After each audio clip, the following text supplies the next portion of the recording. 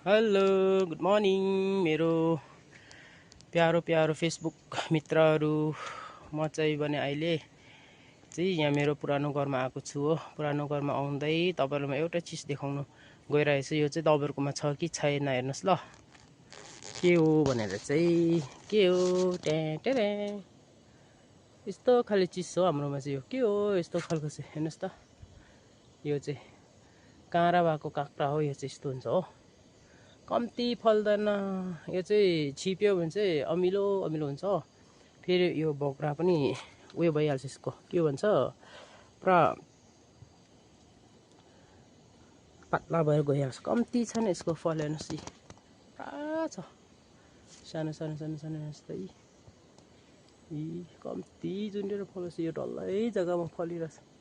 यो चाहिँ भर्खर छ, फुलहरू हुँदैछ जाँदैछ भर्खर, कम्ती मजाले फल्दैन त।